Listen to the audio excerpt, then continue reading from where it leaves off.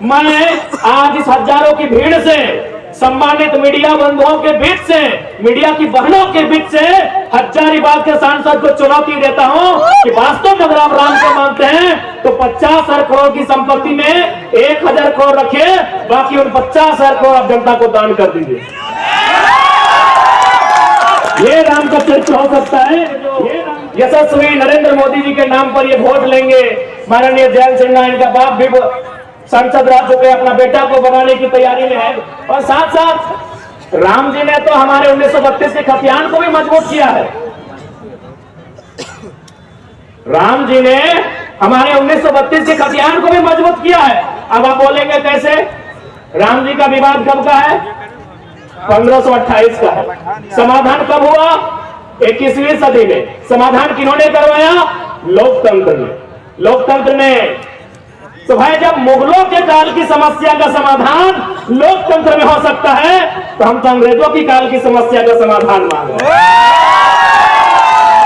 हम तो खून कहो किस मतलब का जिसमें उबाल का नाम नहीं, कि वह खून कहो किस मतलब का जिसमें उबाल का नाम नहीं, वह खून कहो किस मतलब का जो आ सके देश के काम नहीं। उस दिन लोगों ने सही सही खून की कीमत पहचानी थी जब बर्मा में सुभाष ने उनसे मांगी कुर्बानी की। बोले स्वतंत्रता की खातिर बलिदान तुम्हें करना होगा, बहुत जी चुके हो जग में तुम्हें मरना होगा। आजादी के चरणों में तो जयमाल चढ़ाई जाएगी, सुनो तुम्हारे शीशों के फूलों से गूंथी जाएगी। यह आजादी का संग्राम भला पैसों पर खेला जाता है, यह शीश कटाने का सौदा नंगे सर झेला जाता है। आज चूंकि आज जननायक कर्पूरी ठाकुर जी की जयंती है, जैसा हमारे संजय दा बता रहे थे, उस जननायक को नमन करते हैं। और नेताजी की पंक्तियों को रखा कि कल नेताजी की जयंती थी और एक दिन पहले इस देश में आस्था के विषय, करोड़ लोगों के आस्था के विषय राम अयोध्या में विराजित हुए। चूंकि देश में एक माहौल, एक गीत बना, राम आएंगे, हम तो कहेंगे राम के साथ भगत सिंह भी आए, डॉक्टर अम्बेडकर भी आए, APJ अब्दुल कलाम भी आए, महात्मा गांधी भी आए, सरदार पटेल भी आए, चंद्रशेखर आजाद भी आए, अशफाक अली खां भी आए। लेकिन क्योंकि हम पढ़े लिखे लोग हैं, हमें प्रैक्टिकली और लॉजिकली बात करनी चाहिए। बिल्कुल राम आए, बाकी जितने महापुरुष है वो भी आए, लेकिन क्या वो शरीर से आएंगे? हम पढ़े लिखे लोग हैं, प्रैक्टिकली बात कीजिए, हम लोग लॉजिकली बात कीजिए, इमोशनली नहीं। क्या जो महापुरुष चाहे कोई रहे, राम रहे, कृष्ण रहे, गांधी रहे, कलाम रहे, जिन्होंने अपने शरीर को त्यागा है, वो शरीर के रूप में आएंगे? क्या वो बोलते हुए आएंगे? क्या वो खाते हुए, नाचते हुए, गाते हुए आएंगे? नहीं, वो विचार के रूप में आएंगे। अतः राम का स्वागत है विचारों के रूप में, गांधी का भी स्वागत है विचारों के रूप में, कलाम का भी स्वागत है विचारों के रूप में। फिर शरीर के रूप में कोई नहीं आएंगे, ये प्रैक्टिकली आपको समझना होगा। यानी हम स्वागत करते हैं, राम आएंगे, स्वागत करते हैं। अब आप कहेंगे कि अब तक हमने कभी सभाओं में इसका जिक्र नहीं किया, आज क्यों नहीं? इसलिए कि कुछ दिन बाद हजारीबाग के सांसद राम जी के नाम पर वोट करेंगे, राम जी के नाम पर वोट मांगेंगे। एक बात बताइए, राम का मतलब क्या होता है? राम का मतलब होता है त्याग, राम का मतलब होता है पिता के वचन के लिए राजपाट का त्याग। और ये जयंत सिन्हा जब राम के नाम से वोट मांगेंगे, आपको थोड़ा सवाल करना चाहिए, जिसके पास 50,000 करोड़ की संपत्ति है वो किस मुख से राम के नाम से वोट मांगेंगे? उनसे पूछिएगा कि राम का मतलब क्या है। भाई पूछना है बात, राम का आदर्श क्या है, राम का चरित्र क्या है, राम का आचरण क्या है, उनसे पूछिएगा। आज लगभग 62 विदेशी कंपनियों में उनका सीधा शेयर है, और ये व्यक्ति राम के नाम से मतदान करेंगे, आप मतदान दे देंगे? 62 कंपनियों में जो हजारीबाग के सांसद हैं, उनका 62 कंपनियों में सीधा शेयर है विदेश में। वो तो आप जानेंगे कि परसेंटेज कितना है, लेकिन मुझे जहां तक जानकारी है 62 कंपनियों में इन ढोंगियों का, इन पाखंडियों का सीधा शेयर है। यदि राम जी के पास 50,000 करोड़ की संपत्ति होती तो वो क्या करते? अरे वो बिशुनगढ़ के 45 मजदूरों को सऊदी अरब में नहीं छोड़ते। वो बिशुनगढ़ के 45 मजदूरों को सऊदी अरब में नहीं छोड़ते जो टॉयलेट का पानी पी रहे हैं। वो बड़का गांव के लोगों में कर्फ्यू का माहौल नहीं उत्पन्न करते हैं। जो है अडानी प्राइवेट लिमिटेड कंपनी जमीन अधिग्रहण के लिए वहां इस प्रकार से पुलिस प्रशासन भरी है जैसे वो तालिबान लगता है। और कल ये शख्स आएंगे और ये भावनाओं के नाम पर, आस्थाओं के नाम पर मत लेने का काम करेंगे। तो क्या राम का चित्र ऐसा ही था जैसा जैन सिन्हा का है? इसलिए आज राम यानी विचार, राम यानी आचरण, राम यानी आदर्श, राम यानी कर्तव्य। एक भी लक्षण वर्तमान जो सांसद है, क्योंकि यहाँ सबसे ज्यादा हिंदू मुस्लिम के नाम से मतदान होता है, एक भी लक्षण राम का इनमें नहीं दिखता है। ये तो ऐसे लोग हैं जिनके कारण एक और हमारे राज्य में भुखमरी है, हमारे राज्य में गरीबी है, पलायन है, विस्थापन है। और आपको जानकारी होना चाहिए पूरे झारखंड में सबसे ज्यादा अगर विस्थापन कहीं है तो हजारीबाग जिला, हजारीबाग लोकसभा के बिशुनगढ़ प्रखंड में। इसलिए आज मैं आपसे यही कहना चाहूंगा कि जब मत की बारी आए ऐसे व्यक्ति को चुनिएगा जो आपकी बातों को दिल्ली में रख सके, जो आपकी बातों को दिल्ली को मजबूत कर सके, जो आपकी लड़ाई को लड़ सके। एक बात सभी जानते हैं,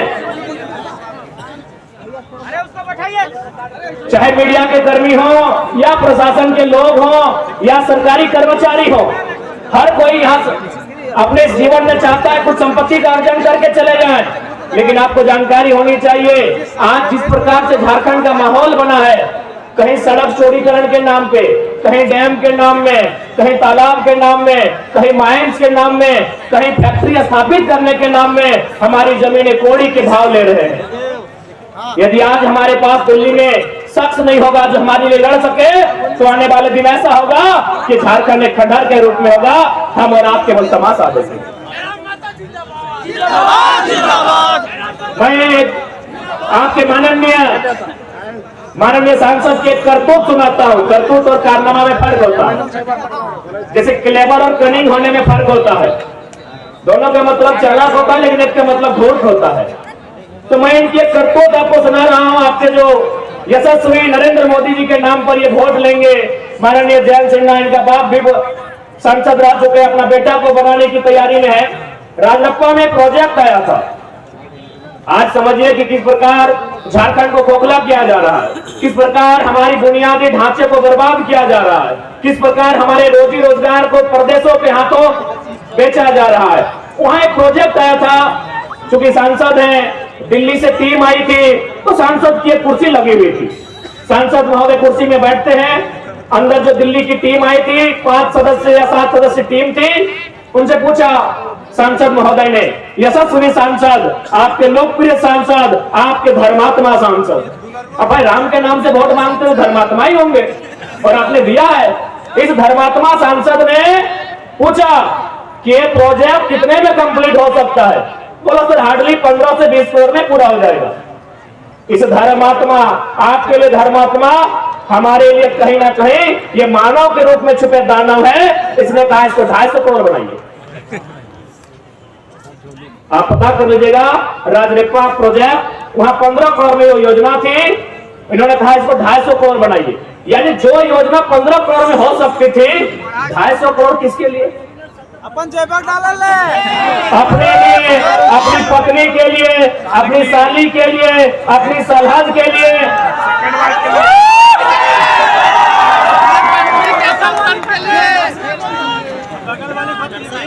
बाकी हमें बताने की आवश्यकता नहीं है कैसे दुराचारी लोग नहीं। वास्तव में राम भी उनको मानते हैं जो अंतरात्मा से और दिल से मानते हैं। ये लोग अपने पाप को छुपाने के लिए केवल जबान से राम का नाम लेते हैं।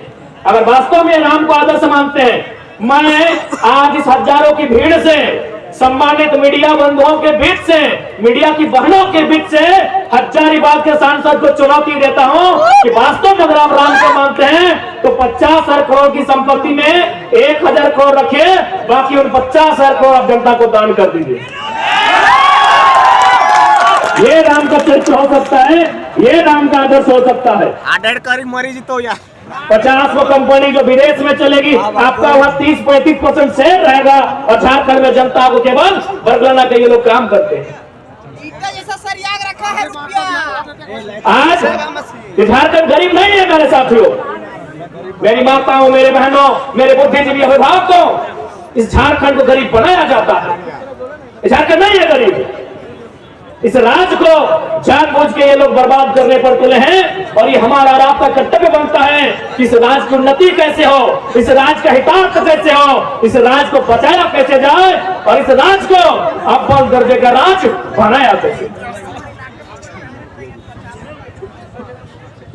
क्योंकि अगर हम स्थानीयता के मुद्दे से आए थे और यदि हम लोग स्थानीयता की बात नहीं करें तो शायद बेईमानी होगी।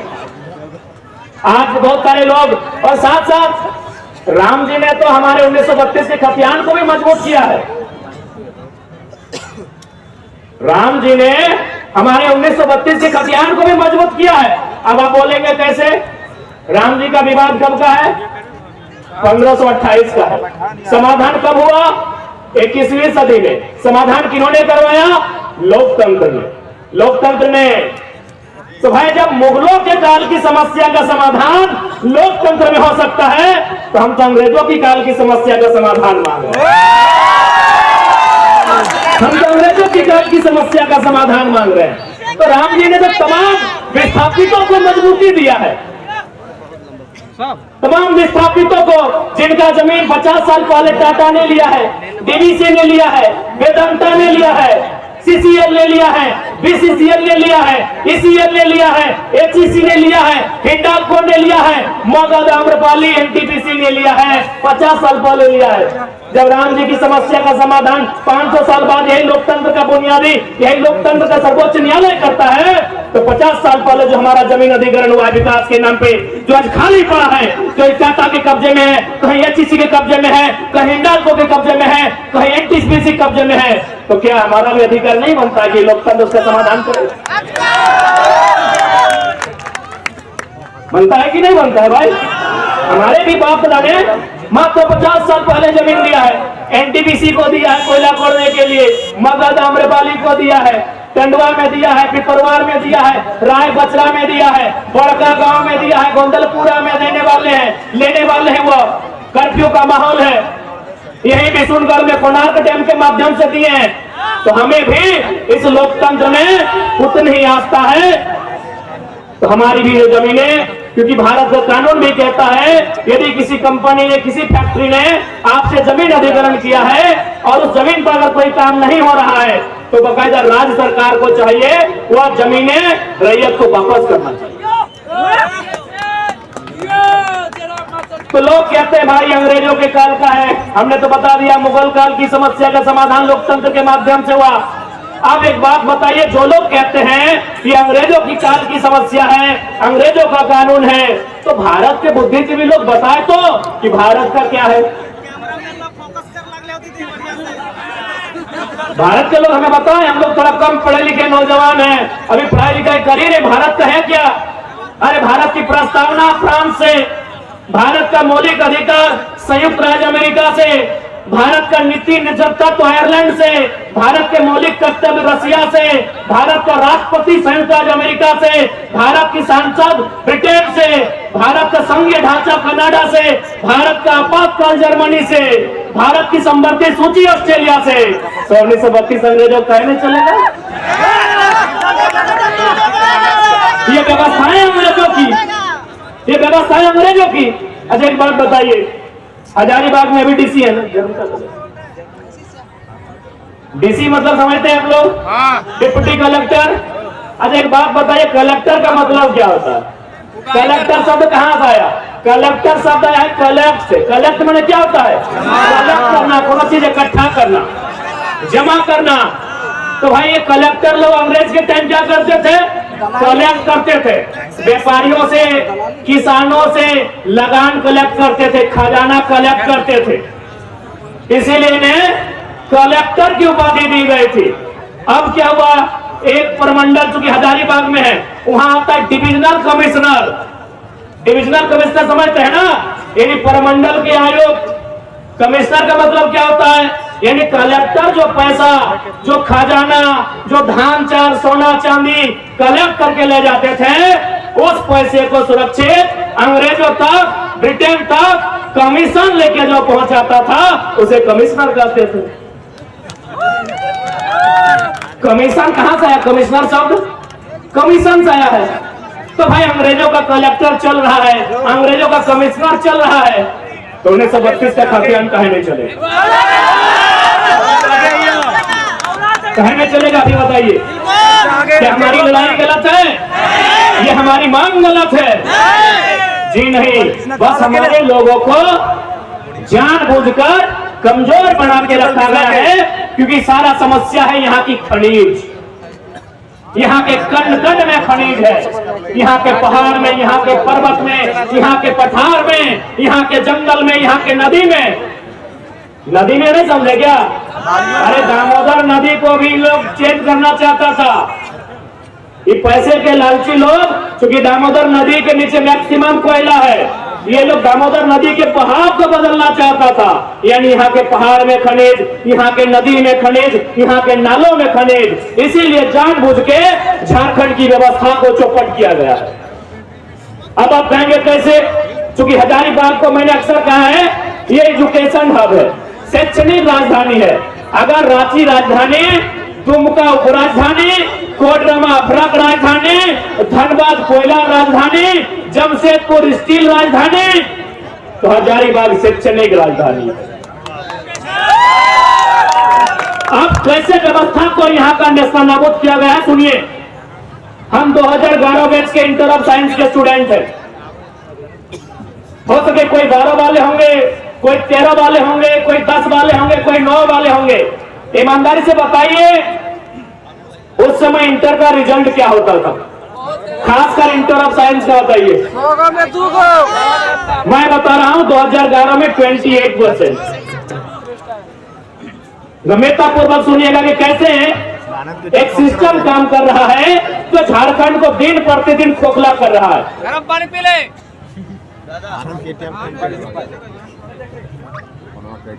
मात्र 28%।